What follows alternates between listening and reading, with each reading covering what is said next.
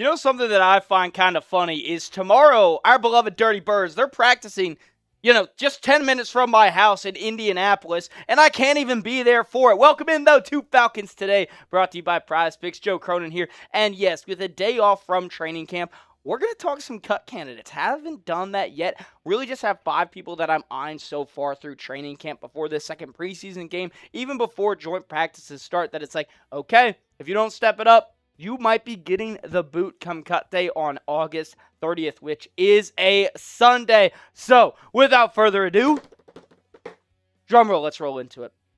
Starting with Cooper Rush. Here's the thing. This is going to be a bit of a double-headed cut candidate because of the fact Cooper Rush, I think, as far as the quarterbacks are concerned, is the most likely to get cut as of right now.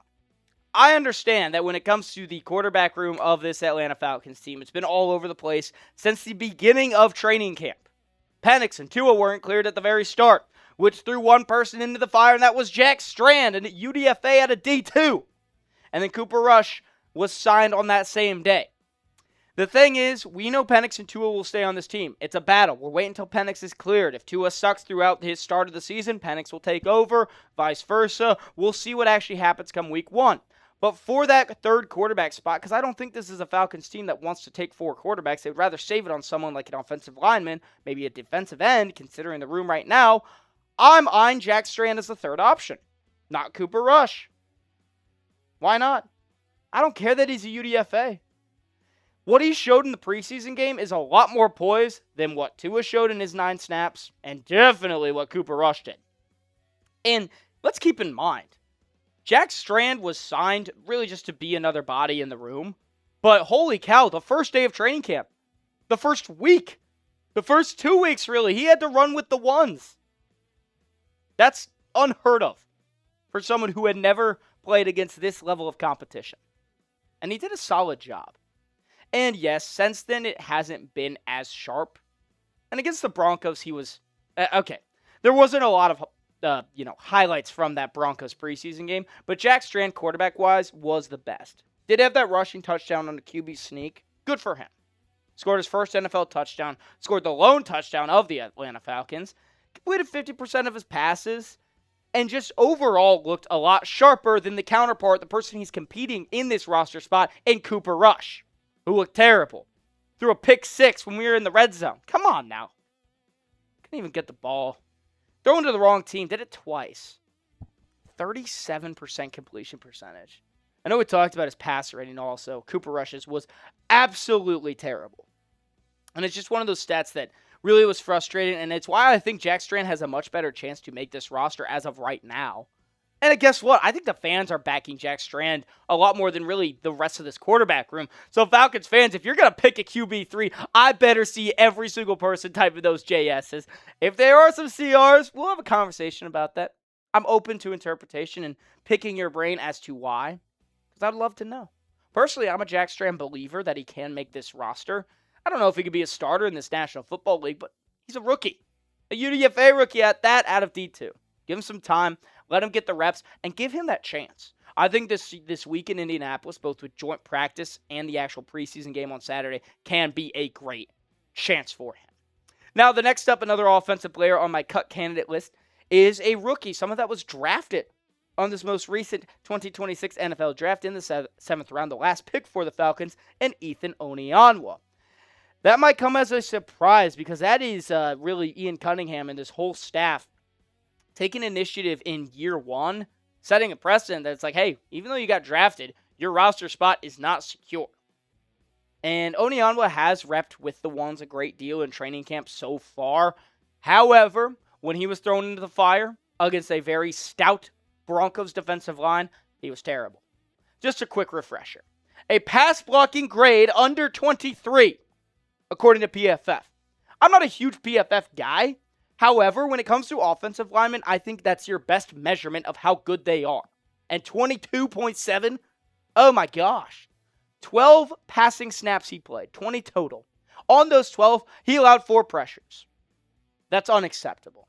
That is why you are a cut candidate. A performance like that immediately puts you on the radar of someone that needs to step up over these next 2 weeks, or your job might be over as an Atlanta Falcon.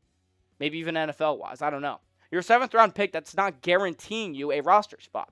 I got some more cut candidates to talk, maybe a little more offense, and definitely some defensive guys that I want to highlight on that, if they don't step up, they could get the boot. Before I do that, got to remind you of our sponsor over at Prize Picks for making this show possible. Thank you, Prize Picks. You know that baseball's happening, the W. Football is back, kind of. We're about to play our second preseason game against the Colts, and you can cash in with America's #1 sports pick at Prize Picks, and it's the best place to win cash while watching those sports. You can sign up with our code HMA to get $150 in bonus lineups instantly if you win that first $5 lineup. Now, lineups, you got to pick at least 2 players. You pick the more, you pick the less. You can get up to 6 total as well. I got an easy one, a little baseball action here with Carlos Rodon and Pete Alonso. Got the Demon pick and the Goblin pick. A little risky, a little light at the same time. Taking the more on total bases for Alonso and the more on strikeouts for Rodon. And you can match me, though, when you download the PrizePicks app today with the code HMA to get $150 in bonus lineups if you win that first $5 lineup. That's code HMA for $150 in bonus lineups if you win that first $5 lineup. PrizePicks, it is good to be right. One more offensive cut candidate for you, and it's a first-year Falcon. I guess another one. That seems to be the nature of this team. There's a lot of first-year Falcons, not a lot of returners. That's what Ian Cunningham really set up this roster to be like, and it's someone in the running back depth, Tyler Goodson. He spent some time in Indianapolis, and this past year was just really pushed to the side. It was like, okay, Jonathan Taylor, you can do everything. Goodson, take a back seat. And even in 2023, I believe, Colts were knocking on the door of the playoffs. It might have been 2024. And he had a route. If he caught a pass against the Texans for a first down, that pretty much solidifies the game. It was like a 4th and 2 or something. Ball was a bit behind him. He dropped it. That's really everything I remember about Tyler Goodson. And he's a cut candidate because I think you already have your running back 1 and your 2. And I think running back 3 can be a real option here. And the thing is, against the Broncos, everything was bad. Tyler Goodson wasn't much better.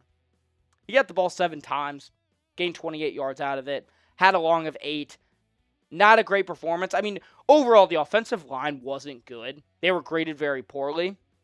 And as a result, the running offense wasn't great as well. But Tyler Goodson just didn't really seem like he was finding his lanes. And honestly, his role was pretty much next to nothing last year with Indianapolis. He appeared in 11 games, but in those appearances, didn't really do much at all. Had 9 carries. That's not great. It's less than a carry per game for Tyler Goodson. And I think there is some competition right now for that 3rd spot. And again, I do think the Falcons will end up taking 3 running backs because they're going to be a run-heavy team. That's what Kevin Stefanski likes. And when you have Bijan Robinson, that's going to happen. And the thing is, who knows what can happen, so I think having a 3rd option would be smart. Now, Cash Jones is someone I'm very high on. He's worked a lot with the running backs, and he's also worked with the receivers, and he seems like he's been getting special teams reps as well in training camp. I feel like when you have the versatility at that is going to put your spot higher than Goodson. I think you can be more valuable to this team. Where Tyler Goodson is really just another running back in the room. Cash Jones can actually be, he's not a great weapon, but he's more of a utility or weapon than I think Tyler Goodson would be. And it's why Goodson is one of my cut candidates. Dirty Birds, I will continue with a couple defensive cut candidates I have. But here's the thing. We got another watch party, number 2, this Saturday against the Indianapolis Colts for preseason game 2. And if you want nonstop Falcons news, rumors, watch parties, all of it, and you have not subscribed, this is the place to do it. This is the time to do it as well because we keep rolling. And with joint practice tomorrow, we roll even faster, and you don't want to miss it. Daily Falcons content coming your way. All right, this one could be controversial here. Bralen Trice, who is yet to appear on an NFL field on Sundays, entering year 3. Injury-riddled career so far, and that is why you are a cut candidate. And also, there's a reason why you're a cut candidate is because Ian Cunningham and company brought in a shit ton of new edge rushers.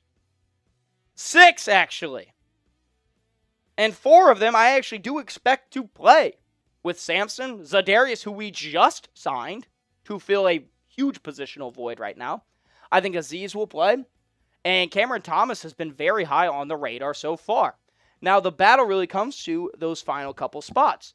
The luxury that Bralen Trice might have is the fact that Jalen Walker is out for the entire season and JPJ is suspended. But This is a competitive room. I think there are a lot of bodies right now. There's not a lot of high-end talent. We had the high-end talent, and then he got suspended. And then the other one got injured for the entire season. It's competitive because it's a lot of guys that can get like 5 to 6 sacks, I believe. I still think it'll be a solid pass rush, but it won't be dominant quite yet. Or maybe it could be. I don't know. But there have been some major losses in the room, like we've mentioned time and time again. This gives Trice a chance, but the rumblings around training camp so far is that Keshawn Banks has played really well. They've brought in another person with Za'Darius Smith, and it's why I think Bralen Trice has a legit chance to get cut. He's never seen the field. He's been injured in back-to-back seasons. At some point, it's got to give. That was the deal with Troy Anderson. He couldn't stay healthy. Even when he was, he was pretty athletic. Bralen Trice, I think, is a pretty similar example of someone who is, uber athletic, has the upside, but if he can't stay healthy, you can't keep him on your roster. And it gets to a point. Now, he has a chance, like everybody on this list, to prove themselves. And especially in a room like this where someone needs to take a leap. It could be Trice, but he could also be the one that is let go come cut day. My last one for you on this edition of Cut Candidates is Natrone Brooks, the safety. He had some talks during the offseason before camp even started. And I think it was just rumblings because I really don't think he's making the roster. We have probably the best safety tandem in the NFL with Jesse Bates and Xavier Watts heading into year 2 after a terrific rookie season. I expect no sophomore slumpage out of him. But I do think there's competition. DeMarco Hellams, outside of getting injured, was one of the, stars or one of the lone pieces of a bright spot that I saw against Denver. He's great on special teams and was able to get on the field. And then Sidney Brown is another option that is in the mix, one for the nickel spot and also going to play safety to back up, it seems like, Xavier Watts more consistently. And I do want to keep in mind, though, Natrone Brooks didn't even play in the preseason game. There were some injuries. We saw Jesse Bates get back at practice, same with Xavier Watts. That's fine. They're going to be the starting safeties. I was a little pissed off about Avion. I want him to be healthy as a rookie. Natrone Brooks, though, not seeing you out there, I think your job is not secure right now, and injuries happen. You got to be safe around it. But the thing is I think his job is slowly getting, thinner right now. As we get closer to that cut day, as we get closer to the start of this regular season, when that safety room needs to cut down to, around 4 guys, I don't think Natrone Brooks is the one to make that cut. Here's the thing, Falcons fans. I am very excited for tomorrow. I want to see punches thrown. I want to see a fight. I want to see some crazy things happen. And I also just want to see some good football being played from our Falcons as they head to Indianapolis to take on the Colts for back-to-back days of joint practice. And then, of course, the preseason game this Saturday. It's going to be a lot of fun. You don't want to miss it, so you make sure you subscribe. That's the biggest point of emphasis that I can make right now, is if you do not want to miss daily Atlanta Falcons content on top of all the news, rumors, everything, updates, and fun in-betweens and watch parties, hit that sub button. Now, I'm going to wrap up, and I'll see you tomorrow for joint practice. But until then, rise up, and we'll see you then.